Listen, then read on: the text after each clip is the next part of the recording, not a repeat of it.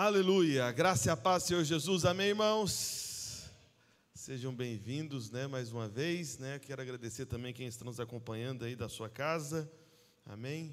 Nós esperamos por você aqui também, todo domingo, Você que mora aqui nas redondezas do Recife, amém? Meus irmãos, eu não tenho certeza se chegou a falar do encontro das crianças no Videira News, falou, né?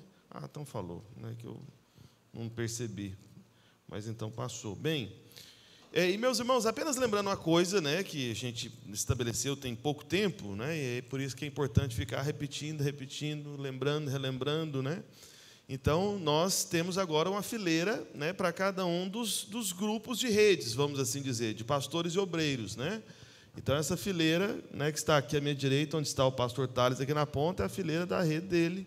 Nessa fileira aqui do meio, é o pastor Thales do obreiro Igor, E essa fileira do meio aqui é o pastor Adriano, o obreiro Júlio, amém?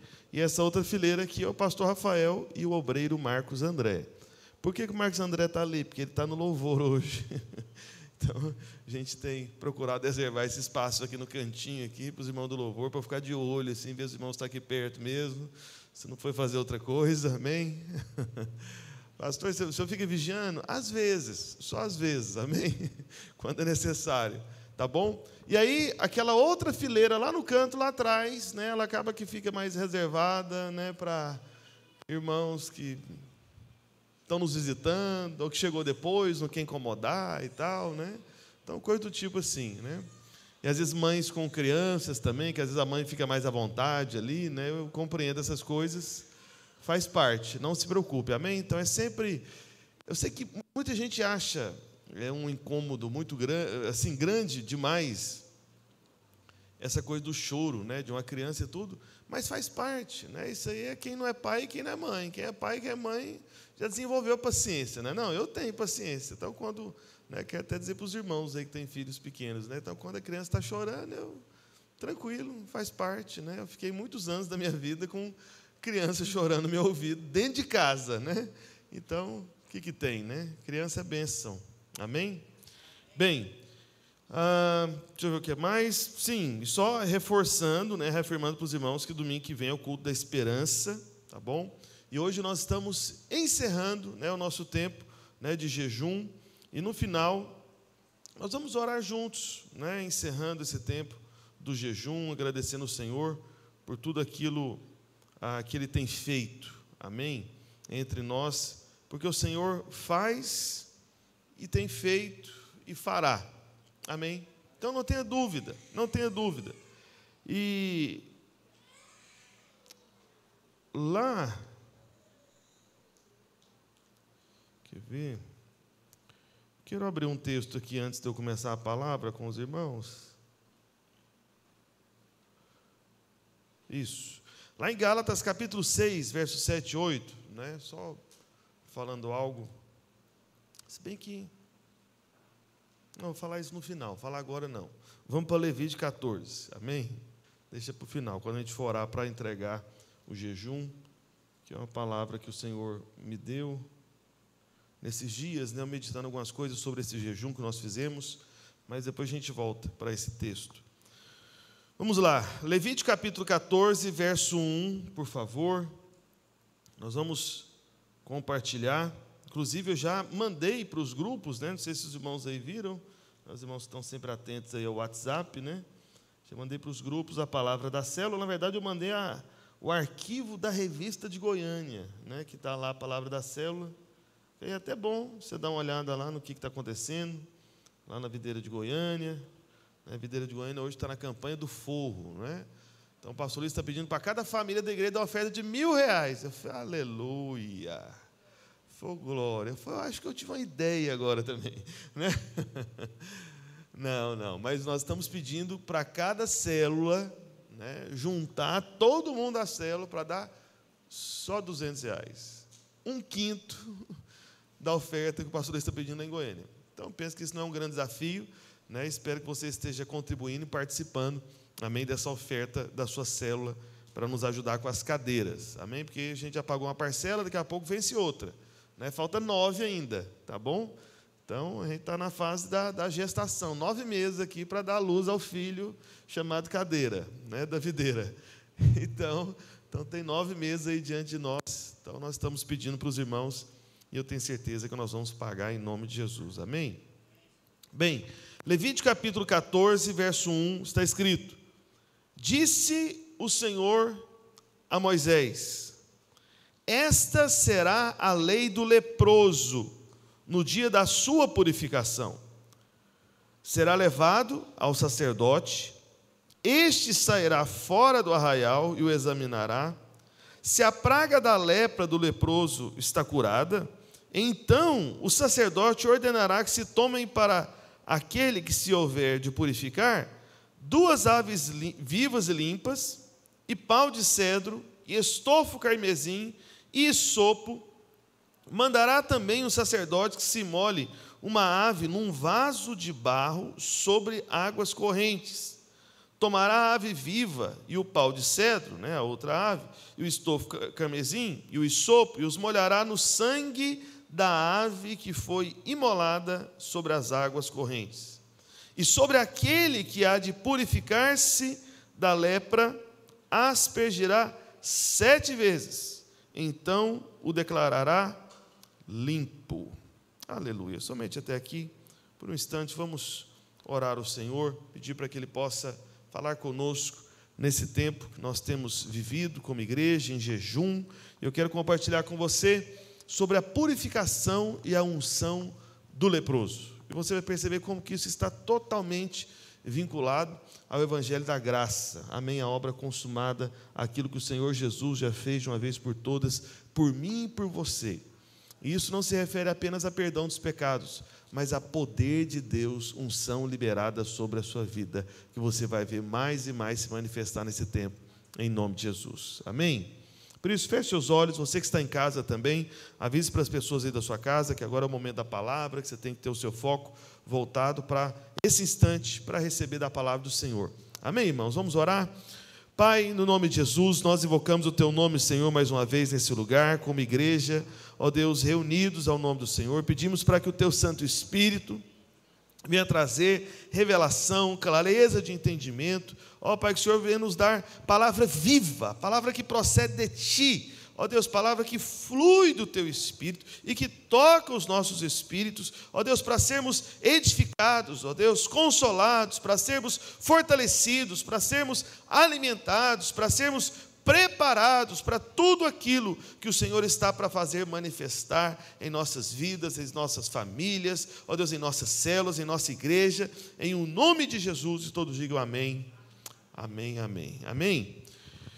Bem, meus irmãos, o que eu quero compartilhar com você hoje é um dos trechos, né, da palavra de Deus, que eu acredito que muitos crentes, né, muitos irmãos acabam passando os olhos e acham como se fosse um texto difícil, né, de acompanhar, parece que está tão fora da realidade, mas isso não é verdade, né? Os irmãos que têm me acompanhado aí através das lives, né, às 6h45, né, sabem, né, do desafio aí que eu tenho me proposto, na verdade, desde o ano passado, né, mas agora está sendo literalmente todos os capítulos da Bíblia, porque no ano passado, sábado e domingo não tinha live, mas eu considerava que a pessoa lia, né?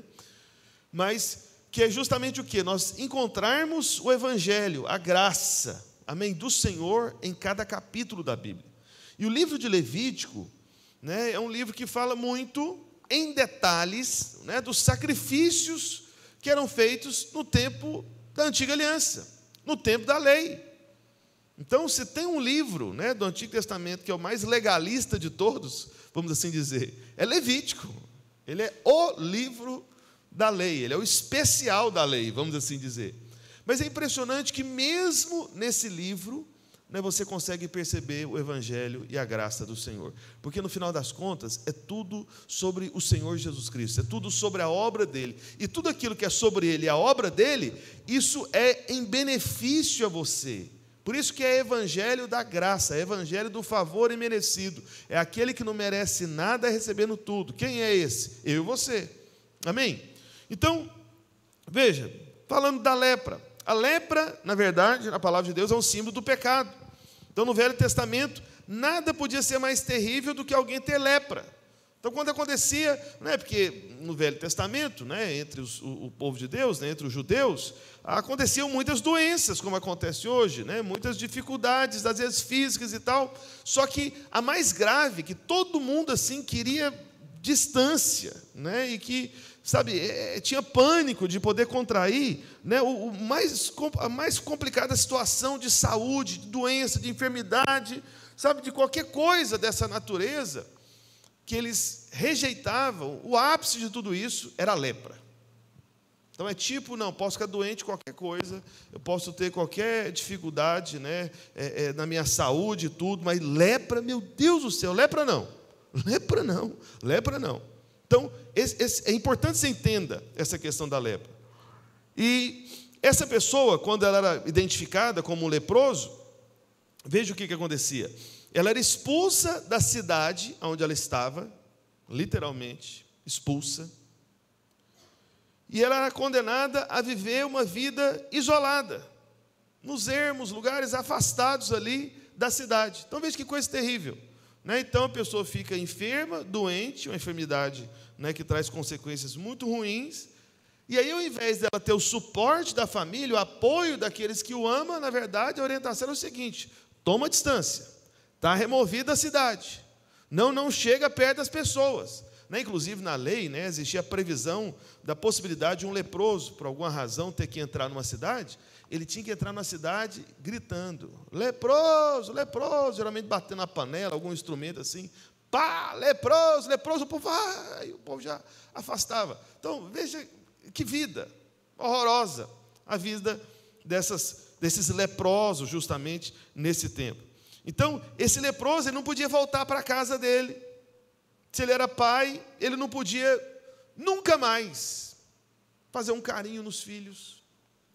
Ele não podia, né, abraçar, ter a vida própria, né, que um homem tem com a sua mulher, o marido com a sua esposa. Não podia, por causa da lepra. Então, ele nunca, e outro detalhe, nunca um leproso poderia estar na congregação. Não podia fazer parte do culto. Você está entendendo? Pensa num lugar que ele não podia de jeito nenhum, é o culto. Entende? Não podia. Ele era proibido por causa da lepra. Então veja a gravidade de tudo isso. Então, o que a lepra representa? Representa a separação, representa o desfavor, representa o julgamento causado pelo pecado. E não tinha cura para a lepra. Não tinha cura para a lepra, embora estava previsto na lei, porque a lei é de Deus, tá bom? Embora estivesse previsto na lei, qual que deveria ser a conduta de um leproso curado? Mas te digo desde já, que debaixo da lei, nunca um leproso foi curado. Mas na lei estava escrito o que deveria fazer com o leproso, se ele fosse curado. Então, se debaixo da lei nunca teve um leproso curado, mas nessa mesma lei estava escrito o que deveria fazer com o leproso curado, então, para que é essa história da cura do leproso? Eu vou te dizer, não é para aqueles que estavam debaixo da lei, é para aqueles que estão debaixo da graça, é para mim e para você. Entendeu isso? Não é sem razão, não é sem motivo, não é que isso está escrito na palavra. Então não tinha cura, era uma separação, era como Paulo descreve, né, do salário do pecado, né, que é a morte. E uma característica particularmente muito ruim da lepra, terrível, é que ela destruía as pessoas aos poucos. Então, né, começava produzindo uma insensibilidade, né, nos extremos do corpo, né, na ponta dos dedos, às vezes nas mãos, aí na ponta dos dedos do pé, depois o próprio pé, ele ia perdendo a sensibilidade, não sentia aquilo.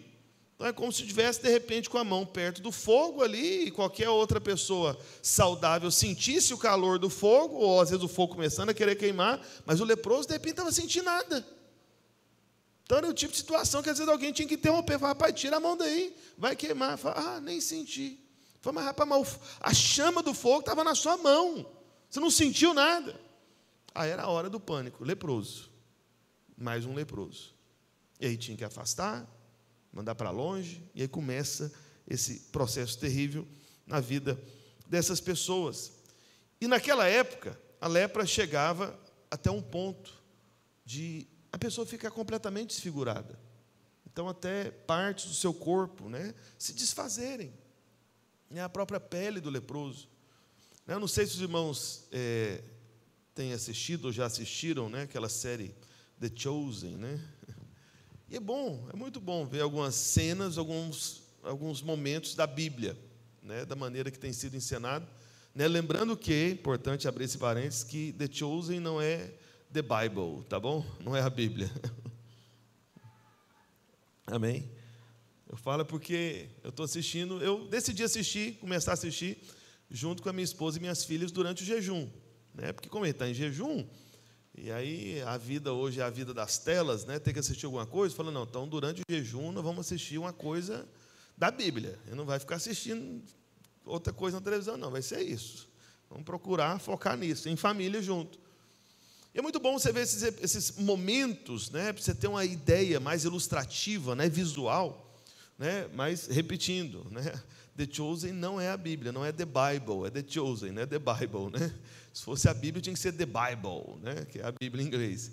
Por que eu falo isso? Porque os próprios produtores já explicaram, eu fui pesquisar, né, que eles tiveram que realmente acrescentar alguns trechos que a Bíblia não fala nada sobre isso, na verdade, criar situações, até para criar conexão entre os episódios bíblicos, porque a Bíblia não é uma narrativa assim, cronológica, no sentido de dia após dia, não, são eventos que saltam um tempo, depois aparecem, então eles inventaram histórias para conectar esses tempos, e também acabaram alterando algumas coisinhas pequenas para poder, porque o produtor achava que era melhor, resumindo é isso, entendeu? Eu falo porque, vez ou outra, alguém me pergunta, né? Minhas filhas, então, papai, mas eu não vi isso na Bíblia, essa parte não tem mesmo. Então, papai, mas na Bíblia não era assim? É verdade. E no The Chosen? The Chosen, The Chosen. Uma coisa é The Chosen, outra coisa é The Bible. Né? Vamos separar as coisas, amém? Mas vale a pena, vale a pena. Vale a pena você assistir, é de graça, né? Então, tem um aplicativo aí, você deve saber como fazer. Mas volta para cá. Então, quando você vê a cena, né, do leproso, essa condição terrível, é devastador. E aqui em Levítico 14, o texto que nós acabamos de ler, nós temos a descrição de como um leproso curado poderia ser purificado. Então, o leproso curado, uma vez que ele é curado, né, então qual que era o caminho para ele ser purificado e ser restaurado à comunhão, restaurado a família, restaurada a congregação, sabe, voltar para o meio do povo de Deus, voltar à vida que ele não tinha mais, porque ele tinha sido proibido de ter, inclusive, ele não poderia ter. Então, esse momento, né, que na verdade é até popularmente chamado pelos estudiosos da palavra de Deus como a lei da lepra, né, a lei do leproso, né, é um quadro, sabe, como se fosse uma alegoria, mostrando justamente a purificação que o Senhor fez, né, e faz nas nossas vidas também, de certa forma, amém? Fez e faz. Então, deixa eu ler com você mais uma vez, aí a partir do verso 1. Disse o Senhor a Moisés, esta será a lei do leproso, no dia da sua purificação, será levado ao sacerdote. Está vendo? No dia da purificação tem que ser levado ao sacerdote. Este sairá fora do arraial e o examinará. Então, tinha todo um roteiro. Não podia receber o leproso dentro do arraial, no meio do povo, dentro da cidade. Vai sair fora, né, para fora do arraial. Se a praga da lepra do leproso está curada, veja, essa é a condição, tem que estar curado. Então, o sacerdote ordenará que se tomem para aquele que se houver de purificar 2 aves vivas e limpas, e pau de cedro, estofo carmesim e isopo. Mandará também o sacerdote que se molhe uma ave num vaso de barro sobre as águas correntes, tomará a ave viva e o pau de cedro, o estofo carmesim, o estofo e o isopo, e os molhará no sangue da ave que foi molada sobre as águas correntes. E sobre aquele que há de purificar-se da lepra, aspergirá 7 vezes, então o declarará limpo e soltará a ave viva para o campo aberto. Pastor, sobre o que esse texto está falando? Sobre você, sobre mim, sobre o que Cristo fez por nós, amém? E que continua fazendo, e nos mantém nesse caminho. Por isso, nós vamos seguir esse texto justamente como roteiro. Então aí no verso 2, deixa aí no verso 2, por favor. Veja a primeira coisa que acontecia. No verso 2 é escrito que o leproso deveria ser levado ao sacerdote, ou seja, o leproso ele tinha que ser trazido. Então, alguém levava. Então, você percebe? Então, nós temos aqui como se fosse uma terceira pessoa da história. Tem o sacerdote, amém? Cadê o sacerdote? Vem cá, sacerdote Rafael.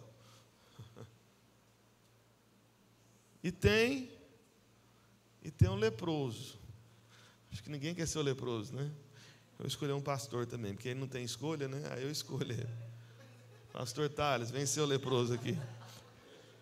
Mas fique em paz que não é a ovelha, não, é outra coisa. Então acontece, chega mais para lá, pastor. Isso. Então de um lado a gente tem aqui o sacerdote, do outro lado a gente tem aqui o leproso. Só que o que diz no verso 2? Que o leproso deveria ir sozinho até o sacerdote, ou, volta para cá, leproso. Ou o leproso tinha que ser levado por alguém. Entendeu? É muito diferente isso. Amém? Então o que o texto está dizendo no verso 2 aí? Está vendo? Essa será a lei do leproso, o dia da sua purificação será levado ao sacerdote. Ou seja, alguém vai junto. O que é isso? Culto da esperança, domingo que vem. Você está entendendo? Hã? Como é que o povo fala aí, os jovens aí, o povo moderno da internet aí, pega a visão, né? Pega a visão. O que é isso? Hashtag fica a dica. Pois é, essas coisas que eu não falo e não vou falar também não. Mas enfim, então, isso é culto da esperança, é você trazer o leproso. Você lembra, né, daquele que era aleijado, que foi levado ao Senhor Jesus? Então, a primeira coisa que você precisa entender é que o leproso, ele é trazido, ele é levado por alguém, ele não vai sozinho. Amém? Vamos dar uma salva de palmas aqui ao leproso e ao sacerdote, obrigado. Está vendo, pastor Tá? Foi suave. Então, vamos lá. E quem que esse leproso representa? Eu vou ter que falar isso. Esse leproso representa você, representa a mim, representa cada um de nós. Nós éramos os leprosos, entende? No sentido de estar separado, no sentido de estar desfigurado, né? No sentido de não poder ser parte da congregação, entende? Porque a gente não podia, porque, veja, irmãos, uma coisa é alguém visitar um culto, outra coisa é a pessoa ser parte da igreja, desse corpo vivo espiritual, você está me entendendo? Então, enquanto o leproso não for purificado, ele pode às vezes até frequentar a igreja, mas ele não é, de fato, um membro da igreja no sentido de parte desse corpo espiritual vivo que Deus reconhece como igreja dele, você está me entendendo? Então, leprosos, todos nós éramos leprosos. Eu sei que é desagradável pensar assim, mas todos nós estávamos perdidos no pecado. Então a razão da lepra era essa. Por isso que, de maneira geral, se você for pesquisar por aí, você vai ver várias pessoas, não, a lepra representa o pecado. Essa é a forma mais objetiva, né, de falar a representação da lepra, mas eu fiz questão de dar mais detalhes para você.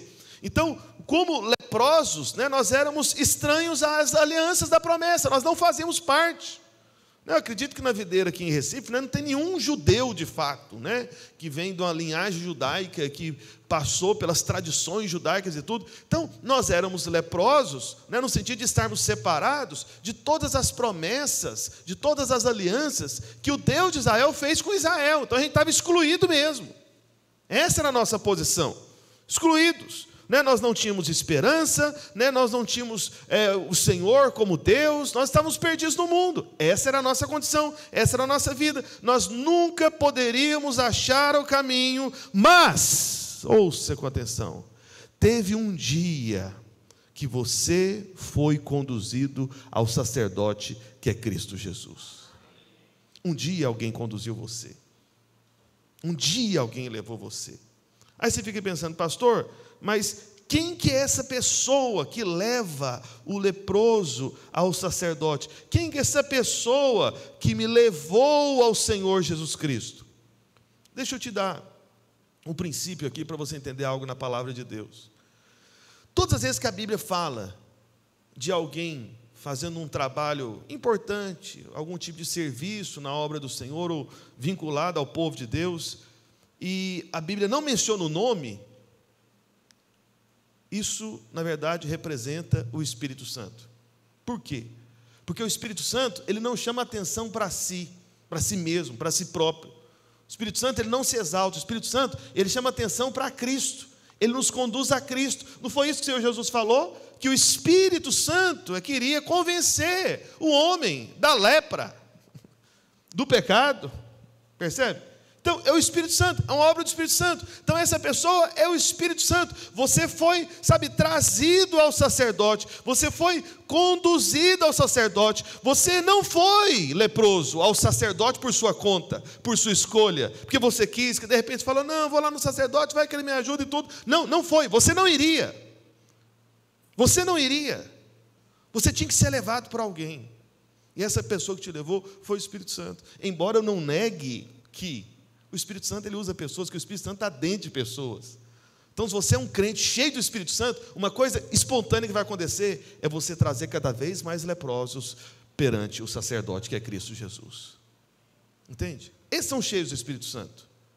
Eles estão cheios do mesmo Espírito, do Espírito Santo, do Espírito de Deus. O que o Espírito Santo faz? Ele leva o leproso ao sacerdote, que é Cristo Jesus.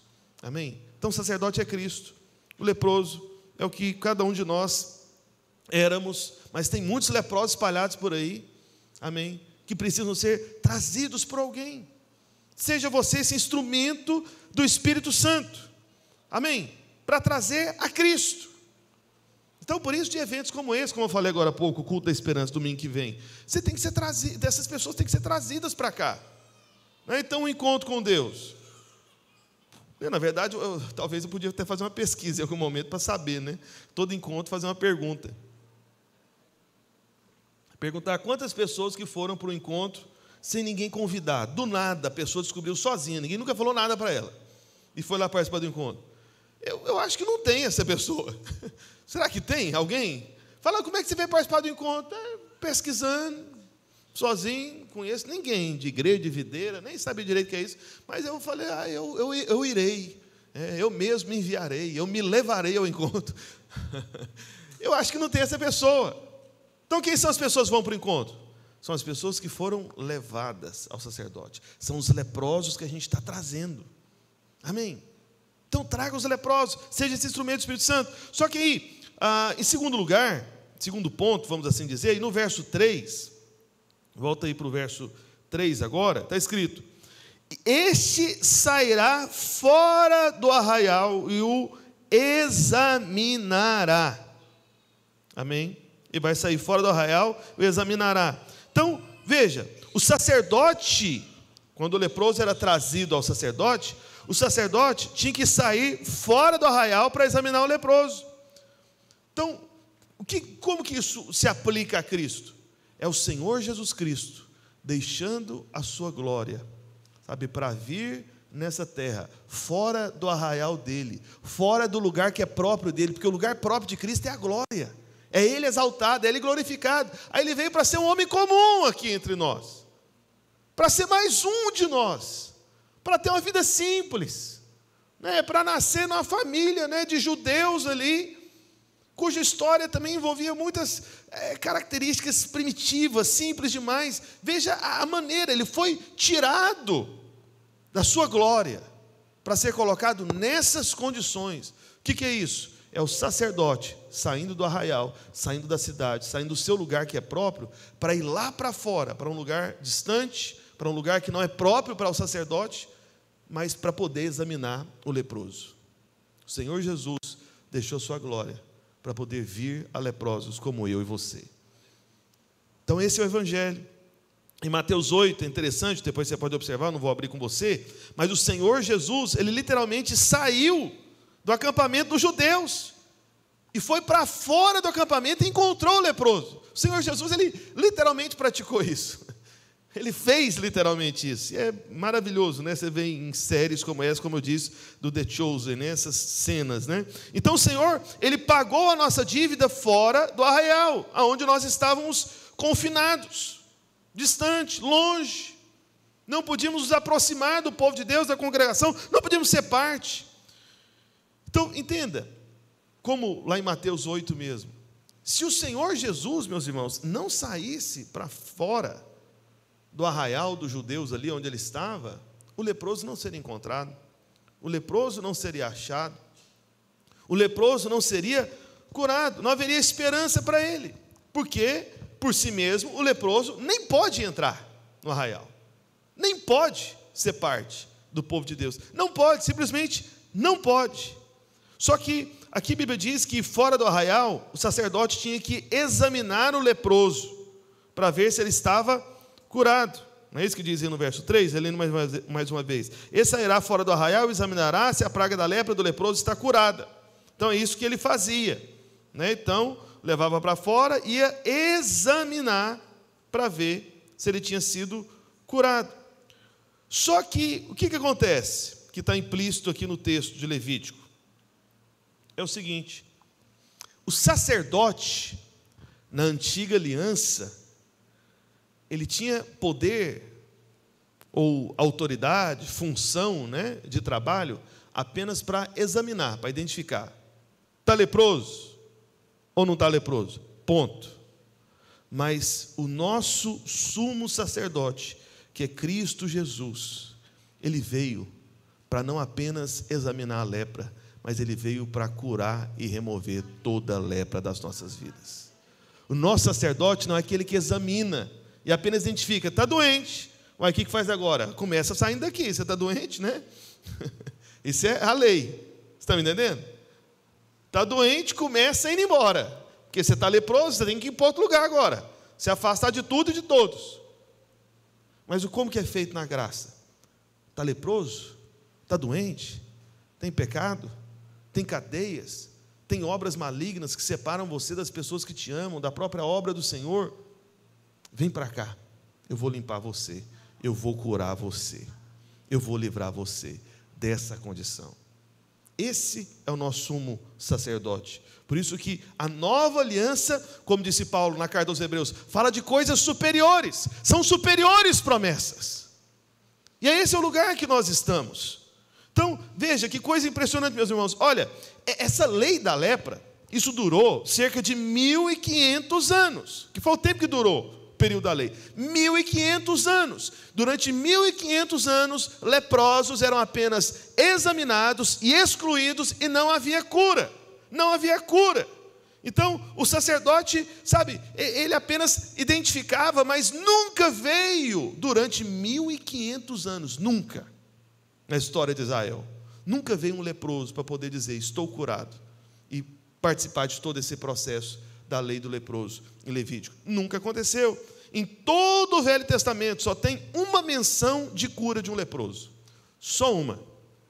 Aí você fala, pastor, não, então debaixo da lei teve uma cura. Detalhe, o único leproso que foi curado não era judeu. Não era judeu. O que foi o único leproso curado? Alguém se lembra? Foi Naamã. Naamã não era judeu. Ou seja, Naamã não estava debaixo da lei. Porque os gentios, os não-judeus, não estão debaixo da lei. Os judeus, sim. Então, a única cura de lepra que aconteceu em todo o Antigo Testamento foi através de alguém que não estava mais debaixo da lei. Mas, por não estar debaixo da lei, ele facilmente tem mais acesso à graça. Ele entende com mais facilidade a graça. Porque ele já tem consciência de que não tem mérito. E Deus não fez nenhuma exigência para ele. Então, ele simplesmente pede. Fala, eu pedi, vai que eu ganho. Entendeu? Vai que eu ganho. Então, o único que foi curado de lepra em todo o Antigo Testamento foi um não-judeu, um gentio, Naamã, porque ele não estava debaixo da lei. Então, perceba que debaixo da lei não tem cura. Não tem.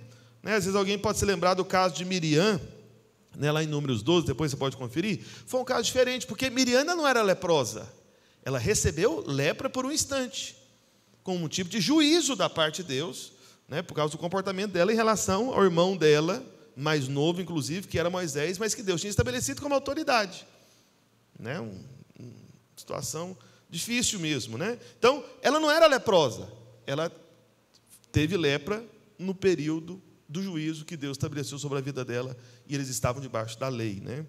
Mas, enfim, então não teve cura de leproso debaixo da lei. O único curado foi um que estava fora da lei, ou seja, é aquele que tem acesso à graça. A lei não vai curar nenhum leproso, mas a graça sim vai remover toda a lepra do leproso. Amém? Bem, e aí depois nós temos um processo, a partir do verso 4, da purificação do leproso. Olha aí o verso 4, está escrito: então o sacerdote ordenará, isso se o leproso fosse curado. Como eu disse, na lei isso nunca aconteceu.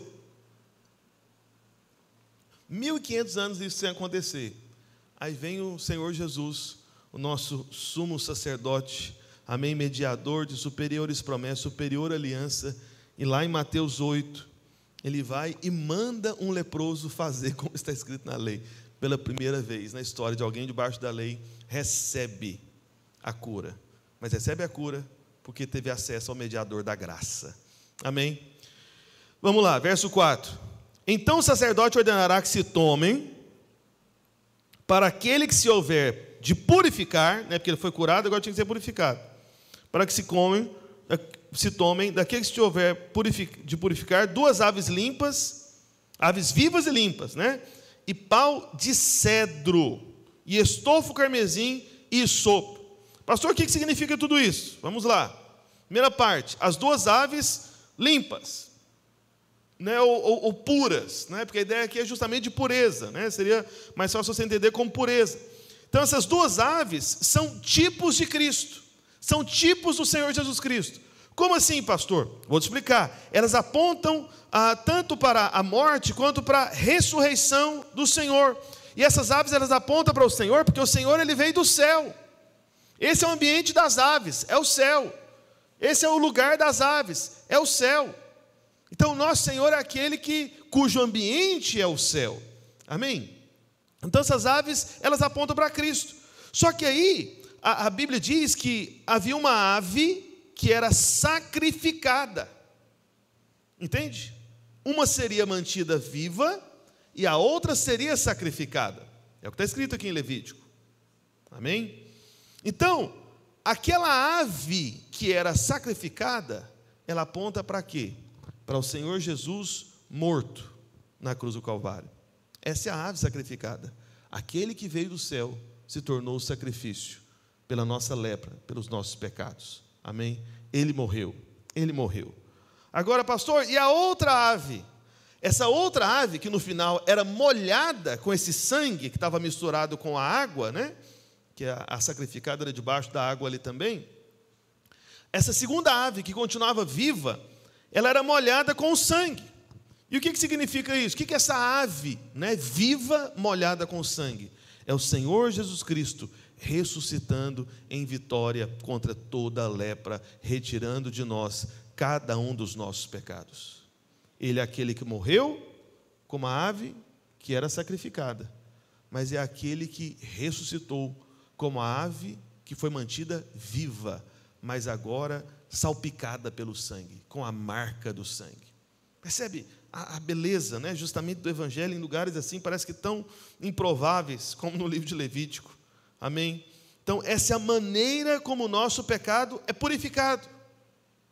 Envolve o Senhor Jesus Cristo, representado por essas 2 aves. Só que a Bíblia fala de uma outra coisa ainda no verso 4, que tinha uma madeira de cedro. Né, uma madeira de cedro.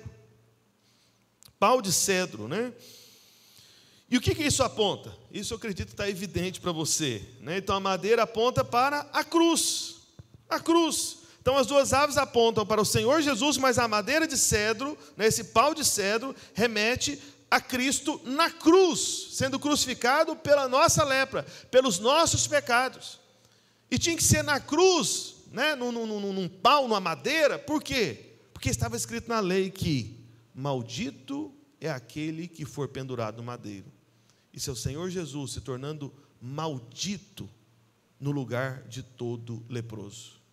É o Senhor Jesus recebendo maldição que nós merecíamos, mas Ele assumiu o nosso lugar, lá nesse pau de cedro, lá nessa cruz. Amém?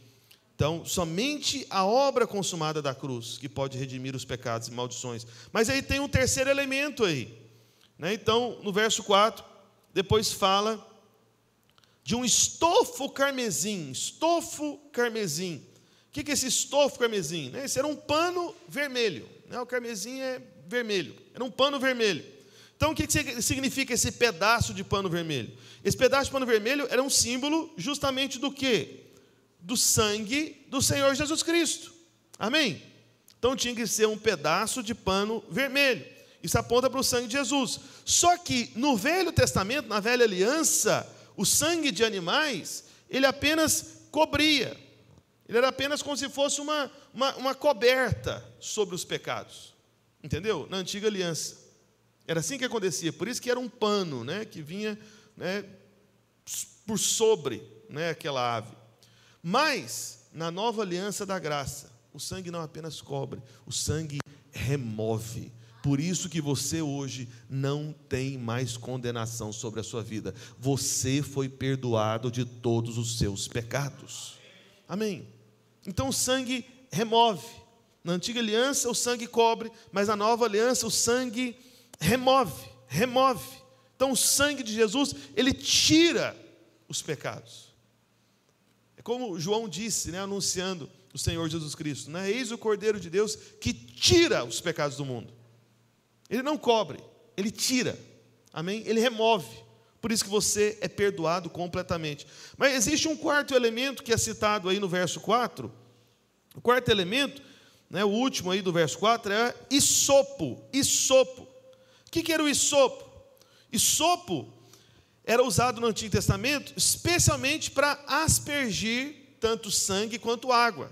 Então era esse tipo de ramo, de arbusto pequeno, baixo, que aí o sacerdote usava para ser um instrumento de aspersão, para espirrar, tipo, como se fosse o papel de um borrifador. Hoje a gente tem essas maquininhas de borrifar, naquela época não tinha. Então pegava-se o hisopo para borrifar, para aspergir, para jogar ali, nesses momentos de sacrifício da lei, tanto o sangue quanto a água, que tinha esse propósito. Só que na noite da primeira Páscoa no Egito, você deve se lembrar lá em Êxodo, quando o povo estava para sair do Egito, o sangue, ele também tinha que ser aplicado com hisopo. Então veja os detalhes da palavra de Deus. Então na primeira Páscoa, e lembrando os irmãos aqui, como eu disse recentemente, se tem uma igreja que comemora a Páscoa aqui, a gente todo mês está celebrando a Páscoa. Entendeu? A gente não é esse povo de fazer Páscoa uma vez no ano, que uma vez no ano, a gente faz pelo menos uma vez no mês a Páscoa aqui na videira. Como assim? O que é a Páscoa? É o pão e o cálice. Porque a Páscoa é o cordeiro que foi comido pela primeira vez pelo povo de Deus, quando eles estavam presos lá no Egito, tratados como escravos, ou seja, vivendo como verdadeiros leprosos. Mas teve um dia que o Senhor, ele estabeleceu que o seu povo deveria comer do cordeiro dentro de casa, mas na entrada da casa deveria se pegar hisopo. Está escrito assim, depois você pode conferir, lá em Êxodo 12, não dá tempo de eu mostrar para você, mas deveria se pegar o hisopo para passar, para aspergir o sangue sobre os umbrais, das portas. Por isso que o hisopo, ele também está ligado justamente a isso, a essa purificação dos nossos pecados. Amém? Ao sangue de Jesus que foi aspergido, passado sobre mim, sobre você, sobre cada um dos leprosos. O sangue é aspergido, é borrifado através do hisopo. Só que é interessante que lá em 1 Reis, no capítulo 4, depois você pode conferir, estou falando só os capítulos, não tem como parar aqui não, falar para você ir lá com você nos versículos, não, depois você confere. Lá no verso 33, mas não precisa de abrir não, deixa aí em Levítico, é melhor. Então veja, lá em 1 Reis 4, 33, Salomão, a Bíblia diz que ele discorreu sobre todas as plantas, todas as plantas. Você sabe, Salomão teve a sabedoria sobrenatural como nenhum homem teve nessa terra, obviamente, a não ser o Senhor Jesus Cristo. Então, ele discorreu, ele explicou, enumerou, ele catalogou, todos os tipos de plantas. E aí, quando Salomão quer explicar, que ele catalogou, que ele discorreu, explicou sobre todas as plantas, ele usa os extremos. É como a gente. Então, ele usa a maior planta até a menor planta. E qual que é a linguagem que Salomão usa para explicar que ele disse a maior planta, sobre a maior planta, até a menor planta. Né? Quais são as palavras que Salomão usava para poder dizer isso? Que ele falou da maior, assim como da menor planta, de todas as plantas. Ele falou o seguinte, que ele discorreu desde o cedro do Líbano, a maior planta, a maior árvore, amém? Ele discorreu desde essa enorme, muito alta, muito grande, cedro do Líbano, mas aí para ele falar da menor, qual que você acha que foi a menor? O hisopo. O hisopo. Então, o hisopo, ele representa na Bíblia, né, que é justamente esse ramo, essa coisa que brota no muro.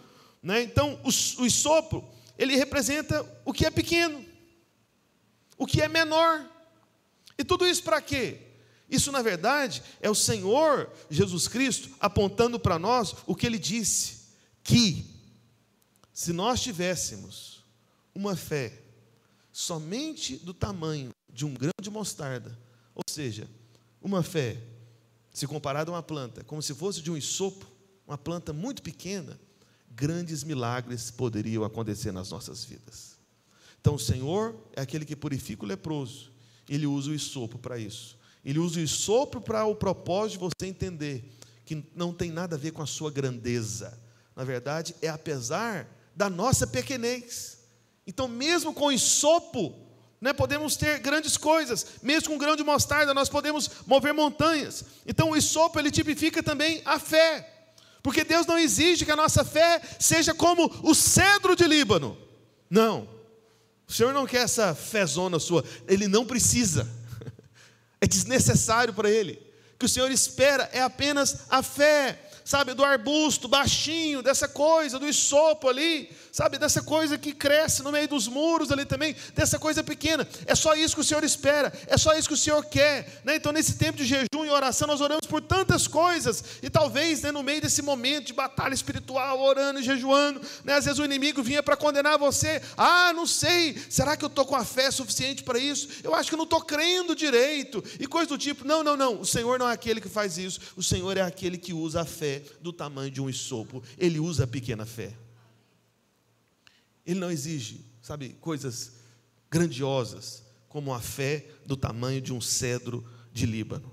Por isso que se um pecador, se um leproso, apenas disser, com o coração, de maneira simples, Senhor Jesus, obrigado por morrer por mim, eu te recebo. O que acontece com esse pecador ao fazer isso? Crendo, com uma fé muito simples, sem ter feito nenhum curso da igreja, sem ter participado de, sabe, nenhum ensinamento para se tornar alguém de uma fé do tamanho do cedro de Líbano, e com coisa que tem alguém com essa fé, né?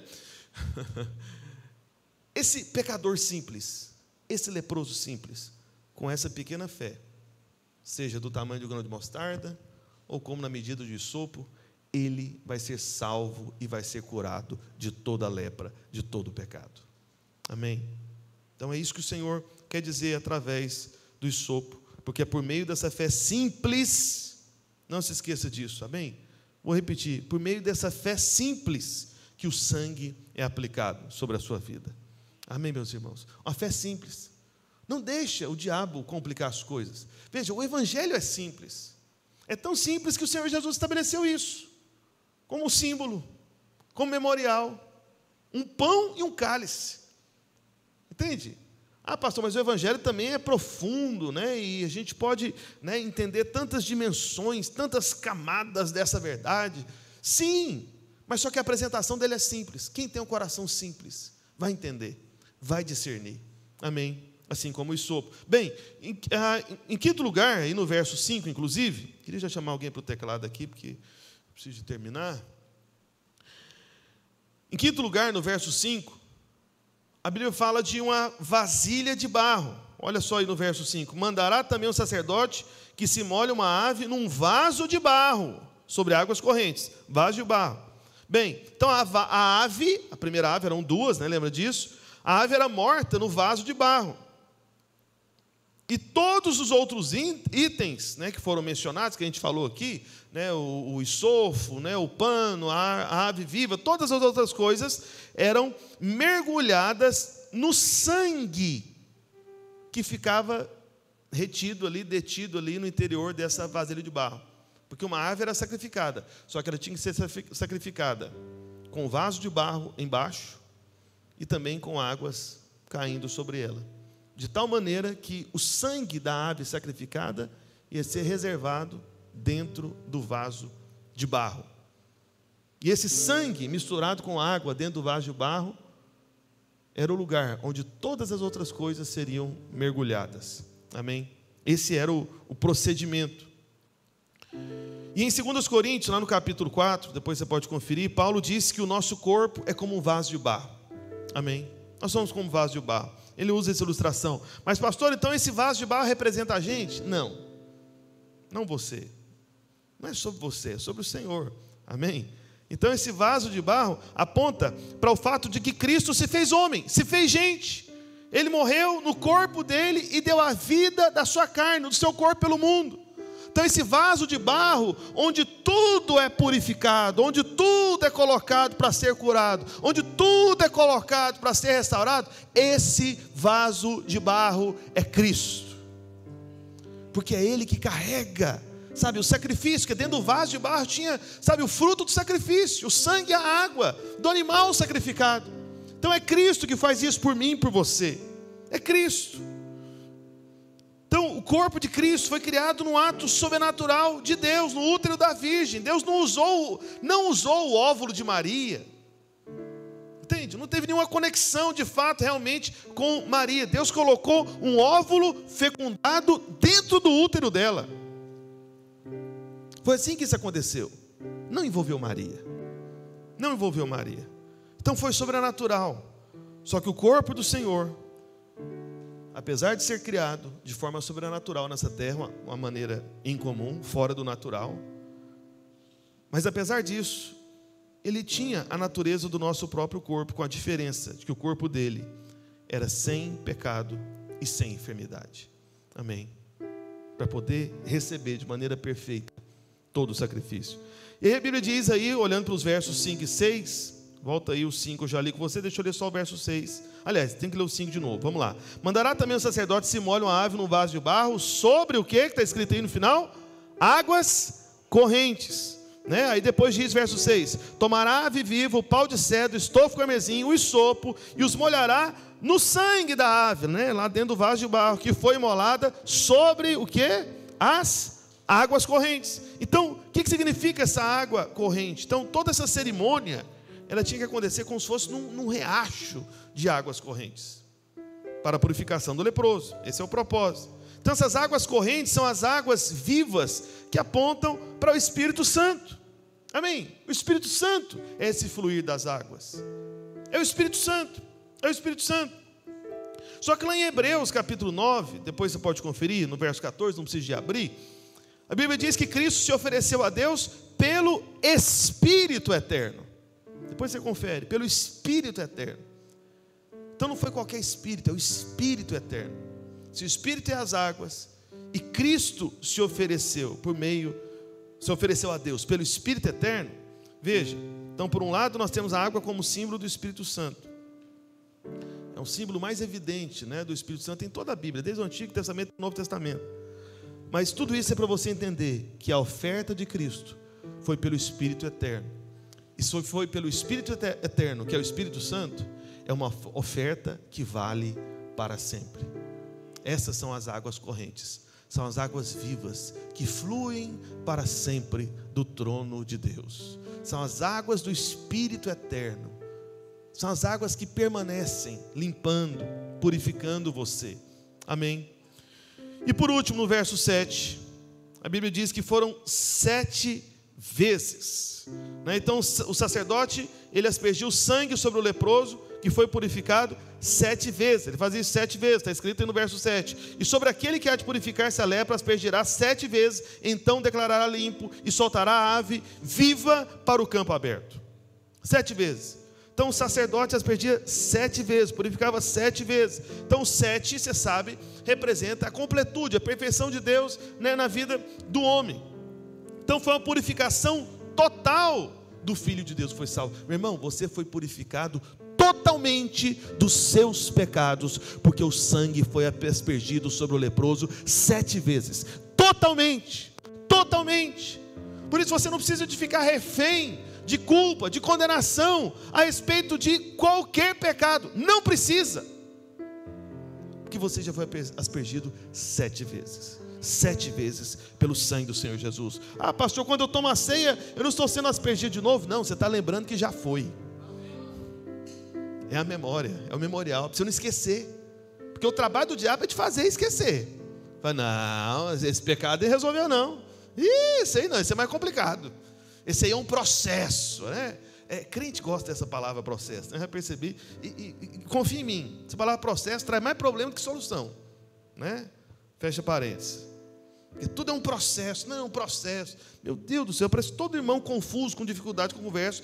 No meio da conversa ele vai falar a palavra processo. É impressionante como que isso acontece. Eu falo, gente do céu, essa palavra não é boa. Quando você entende o Evangelho, você descobre que não é processo. É uma obra feita, perfeita, concluída de uma vez por todas. Entende, irmãos? Por isso não tem processo de justificação do seu pecado, de perdão. Não, pastor, não fui perdoado por tudo, não. Estou sendo perdoado um de cada vez. Irmão, se fosse para ser assim, o sacrifício de Cristo tinha que ser como o sacrifício da antiga aliança, que era repetido no mínimo todo ano. Mas não é repetido e não será repetido, porque já foi feito de uma vez por todas, completamente 7 vezes. Amém? 7 vezes. Então depois disso, o leproso, ele ouvia o que do sacerdote? Aquilo que somente um leproso, em Mateus 8 ouviu. Mas durante 1500 anos nenhum leproso ouviu isso. Mas hoje eu posso dizer que todo leproso pode ouvir isso. Ouvir o quê? Ouvir do sacerdote. Depois do final de todo esse processo, você está agora purificado. Você está purificado. Você não é leproso mais. Acabou a lepra. Você foi purificado. Acabou. Só que depois que o leproso era purificado, existia uma outra parte que acontecia. Eu preciso de mais 5 minutos, irmãos, me dão 5 minutos. Jesus amado. Amém. Porque tem outra parte, você precisa de ouvir aqui. Você não pode sair daqui só purificado. Você tem que sair daqui também ungido. Amém? Porque tinha a purificação do leproso, agora eu vou te falar da unção do leproso. É uma parte menor, tá bom? Fique em paz, né? Você fala, pastor, demorou esse processo todinho, mas é porque a purificação tem mais detalhes, você precisa se fortalecer nessa verdade. Amém? Do seu perdão e justificação. Então, a unção do leproso. O leproso, né? Então depois que o sacerdote declarava que esse antigo leproso estava purificado, o homem mergulhava na água do rio e ele era lavado, tanto ele quanto as roupas dele. Então o que é isso? O que é esse lavar que o leproso recebia depois? É o lavar da água mediante a palavra, que é o que Paulo diz lá em Efésios capítulo 5, no verso 26. Amém?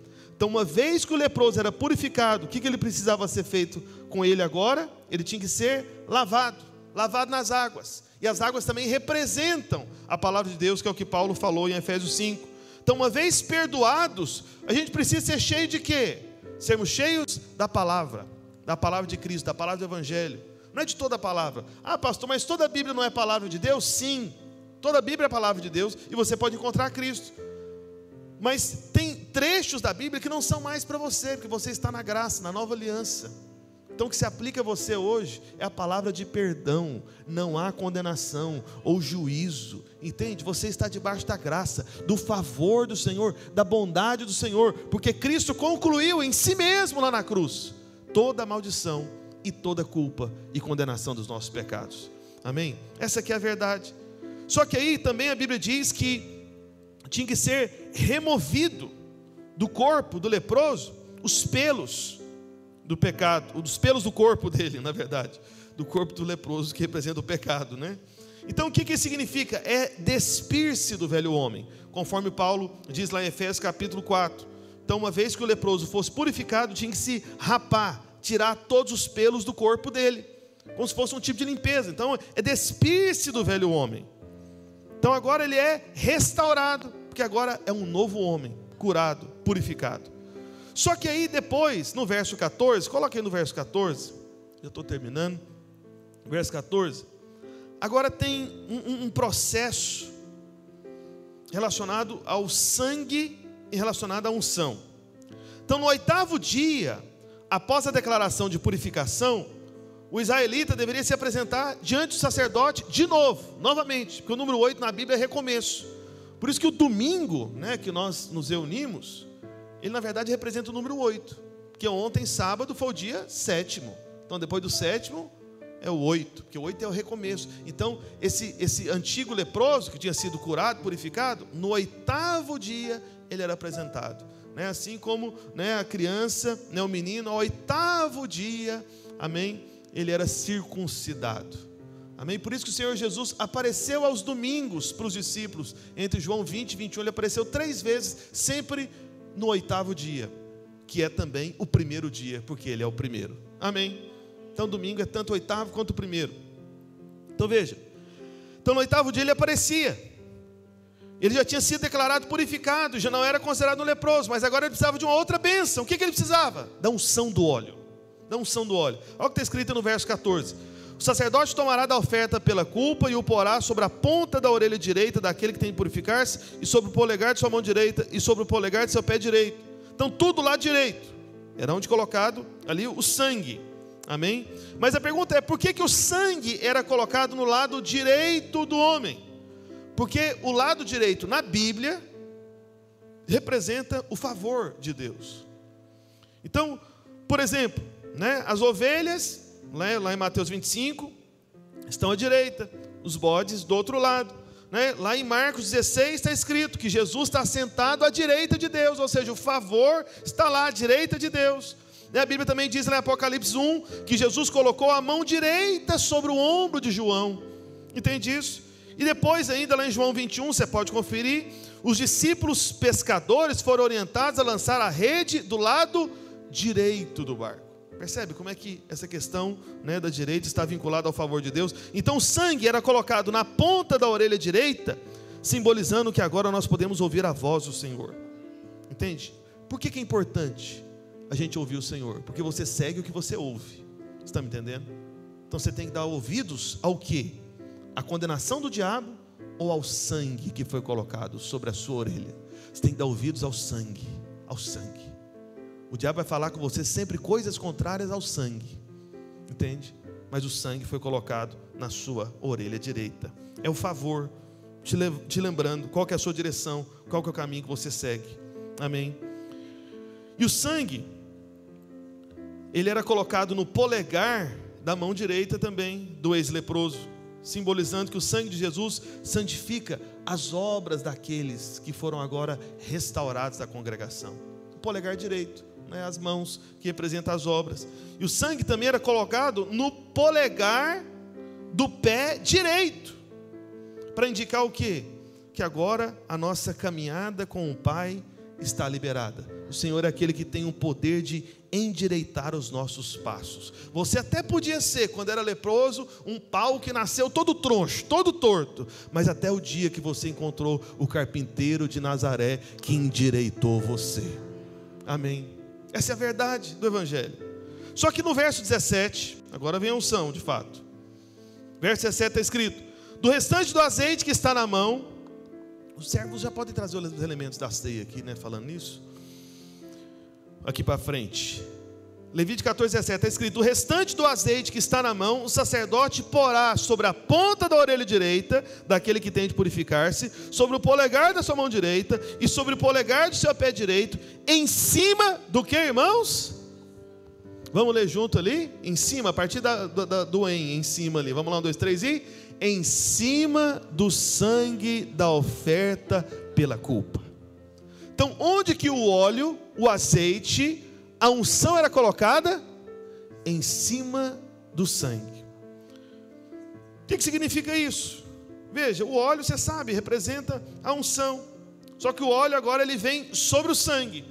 O sangue tinha sido colocado na orelha direita, no polegar direito da mão, no polegar direito do pé.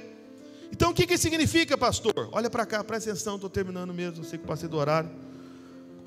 Mas ouça com atenção, é muito importante que você entenda isso. Onde o sangue toca, orelha direita, polegar da mão direita, polegar do pé direito. Onde o sangue toca, a unção do Espírito é confirmada. A unção pode ser colocada.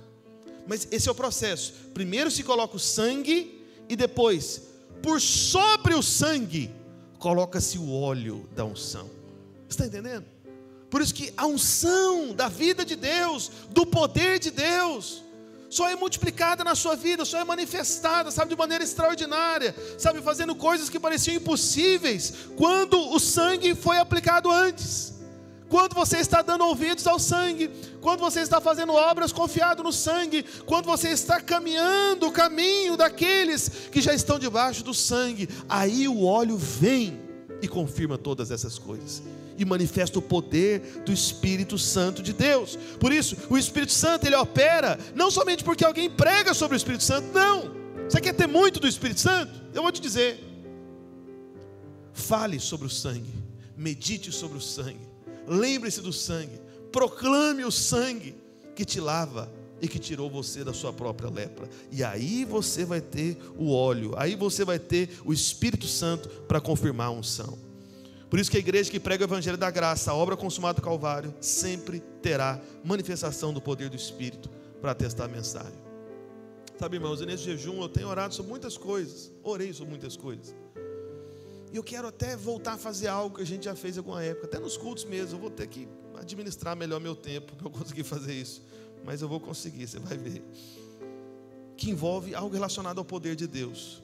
Que eu acredito que nós temos que ver mais do poder do Espírito, confirmando a mensagem do sangue do Senhor Jesus Cristo. Amém? Então o óleo só vem sobre o sangue. O óleo na orelha significa o quê? O Espírito Santo falando com você. O óleo no polegar significa o quê? A unção do Espírito na obra do ministério que você faz, no polegar da mão. Amém? O óleo no polegar do pé significa o poder do Espírito, para você andar no próprio Espírito, seguindo o Espírito, na presença do Espírito, com a autoridade do Espírito. Onde foi colocado o sangue, foi colocado o óleo. Mas esse é o caminho. O óleo não vem enquanto o sangue não for colocado. O óleo vem depois do sangue. Por isso, fique em pé onde você está. Quero ler aqui um último verso, lá no verso 18, verso seguinte. Mas vamos já distribuir os elementos da ceia. Por favor, você que já foi batizado numa igreja evangélica, pode receber o pão e o cálice. Eu vou ler só mais um versículo. Oh, Senhor Jesus. A palavra é muito rica. Muitos detalhes. Como é que você podia ver, né? O evangelho num texto, lei purinha. Mas está tudo aqui, você percebe? Tudo que é sobre o Senhor mesmo. Levítico 14, 18. Você que já pegou aí o pão e o cálice, vamos ler juntos aqui o verso 18, a uma só voz. Amém? Vamos lá? O restante do azeite que está na mão do sacerdote, pô-lo-á sobre a cabeça daquele que tem de purificar-se. Assim, o sacerdote fará expiação por ele perante o Senhor. Amém? Então, o restante do óleo, o sacerdote colocava sobre a cabeça do leproso. O que isso significa? É a plenitude do enchimento do Espírito Santo na vida do crente. Começou colocando na ponta da orelha direita, na ponta do polegar direito da mão, na ponta do polegar direito do pé. Mas agora quer saber de uma coisa? No final o sacerdote pegava, rapaz, vem cá. Pegava lá o azeitão lá que subiu, rapaz, tem muito azeite aqui. O que o senhor vai fazer? Abaixa a cabeça aí. E vá, derramava lá o azeite. Por quê? Porque o azeite sobre a cabeça, na verdade, ele simboliza a unção sobre o corpo todo. Você está me entendendo? O azeite sobre a cabeça é unção sobre todo o corpo. Vai escorrendo aqui, como diz lá nos Salmos, né? O óleo que escorre pela barba de Arão, né? Então assim, vai escorrendo. Por isso, se o nosso cabeça é Cristo, ele é chamado de Cristo, porque Cristo significa literalmente o ungido. Se o nosso cabeça é ungido, nós estamos vinculados a Ele. A unção que está sobre a cabeça desce sobre todo o corpo. Nós temos a unção de Cristo Jesus. Então por isso que o azeite era derramado. Amém. E é interessante que lá em Êxodo 29, depois você pode conferir, o mesmo procedimento, esse é o mesmo procedimento seguido na consagração dos sacerdotes. Ou seja, essa é a unção do sacerdote. Como assim, pastor? Meu irmão, você além de ter deixado de ser um leproso, você agora se tornou um sacerdote na casa de Deus. Um sacerdote. Porque era o mesmo procedimento que o sacerdote recebia, da unção do óleo sobre a cabeça. Então o procedimento que era feito sobre o sacerdote, era o procedimento que era feito sobre o leproso. Você era um leproso, e se o procedimento que foi feito sobre você é o mesmo que era feito sobre o sacerdote, você agora é geração eleita, sacerdócio real, ministro da parte de Deus, sacerdote do Senhor. Você é. Por isso nós cremos que cada irmão pode liderar uma célula, cada irmão pode ser usado. Foi o que Jesus prometeu: e estes sinais hão de acompanhar os que creem no meu nome. Amém. Então veja, essa unção é uma habilidade especial. No Antigo Testamento, que é o que nós lemos aqui, somente reis, sacerdotes e profetas recebiam a unção. Mas, para que nós possamos entender que a unção também é para nós, o Senhor estabeleceu a unção sobre o leproso também. Por isso não importa qual seja o seu passado, não importa qual seja o seu histórico lá atrás de pecados, há uma unção sendo liberada sobre a sua vida, por causa do sangue do Senhor Jesus Cristo. Amém? Por isso, eu quero te chamar para fazer algo. Não sei se você consegue se ajoelhar, mas durante 2 minutos, 1 ou 2 minutos, nós vamos orar entregando ao Senhor o nosso jejum, tudo aquilo que você declarou diante do Senhor. Amém? Você vai entregar por 1 ou 2 minutos, uma oração breve, mas entrega ao Senhor. Senhor, eu entrego essas vidas pelas quais eu orei para serem salvas. Fala: Senhor, eu entrego, ó Senhor, para Ti, ó Deus, cada um dos alvos pessoais, cada uma desses motivos de oração que eu coloquei diante do Senhor, eu entrego e confio, eu entrego nas Tuas mãos, porque eu confio que é o Senhor quem faz, não sou eu. Eu entrego, ó Deus, e acredito que o Senhor está cuidando, que você está nas Tuas mãos, está nas melhores mãos. Foi um tempo em que entreguei tudo para Ti. Ó Deus, meus sonhos, meus desejos, meus anseios, minhas lutas, minhas dificuldades, minhas dúvidas, minhas dívidas, tudo entregue. Ó Deus, eu confio em Ti, entrego a Ti e Te agradeço, Senhor, por esse tempo de entrega a Ti, em o nome de Jesus, em nome de Jesus. Aleluia, aleluia, aleluia. Fique em pé onde você está, nós vamos encerrar. Eu falei que era o último versículo, né? Mas enquanto eu orava aqui, eu lembrei do versículo que eu ia falar no começo. Vou só ler para você, Gálatas 6:7. Gálatas 6:7 está escrito: não vos enganeis, de Deus não se zomba, pois aquilo que o homem semear, amém? Aquilo que o homem semear, isso também ceifará. A semente que você lançou, você vai colher. Aí no verso 8, Paulo continua dizendo: porque o que semeia para a sua própria carne, da carne colherá a corrupção, mas o que semeia para o Espírito, do Espírito, vai colher vida de característica eterna. E a vida eterna de Deus é tudo aquilo que você precisa. Na vida eterna tem toda a provisão que você precisa para essa terra. Na vida eterna, sabe, tem toda a cura para todo tipo de enfermidade. Na vida eterna existe o poder do Espírito eterno para salvar cada um dos leprosos pelos quais você tem orado. Amém? Eu falo isso para você porque normalmente, em final de tempos como esse de jejuns, existe um ataque do diabo, logo em seguida, às vezes no finalzinho. Se não for no final, vai ser por esses dias, depois do jejum. Qual que é o ataque que o diabo faz? O diabo começa a dizer para você: será que valeu mesmo esse jejum? Será que valeu mesmo essa oração?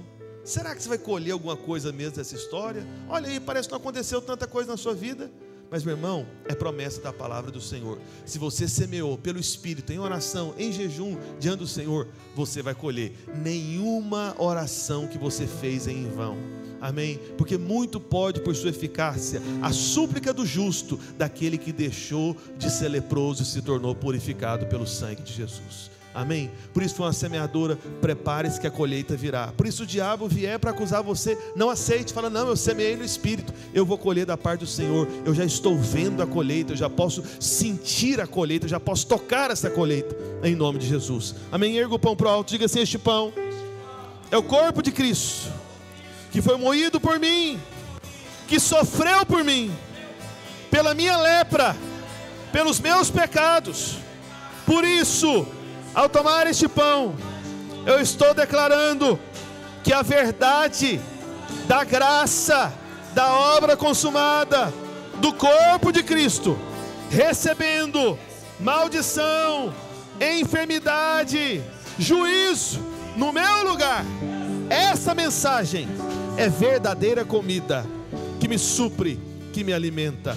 Aleluia. Erga o cálice, diga assim: este cálice é a nova aliança, a aliança da graça, feita no sangue do Senhor Jesus, que já foi colocado sobre mim, minha orelha direita, meu polegar direito, da mão, do pé, e este sangue me garante a unção do Espírito Santo, que é o poder para eu colher e ver manifestar todos esses milagres que eu tenho orado ao Senhor nesses dias. Amém? Coma do pão e beba do cálice. Fazendo isso, nós estamos encerrando nossa reunião. Deixa eu orar por você. Pai, no nome de Jesus, abençoa os teus filhos, dá aos teus filhos a paz, a segurança da obra consumada. Ó Deus, que eles possam dar aos ouvidos a mensagem do sangue, que eles façam obras confiadas no sangue, que eles caminhem pelo caminho do sangue. Da mesma forma, seja a tua unção, que eles ouçam a direção do teu Espírito, que eles façam as obras pelas suas mãos, pelo poder do Espírito, e que eles sigam o caminho guiados pelo teu Santo Espírito, em nome de Jesus. Amém, amém e amém. Amém? Não cesse antes de dizer para pelo menos 2 ou 3 irmãos. Fala para ele, fala: meu irmão, você semeou no Espírito nesses dias, prepare-se para a colheita. Amém? Deus abençoe os irmãos.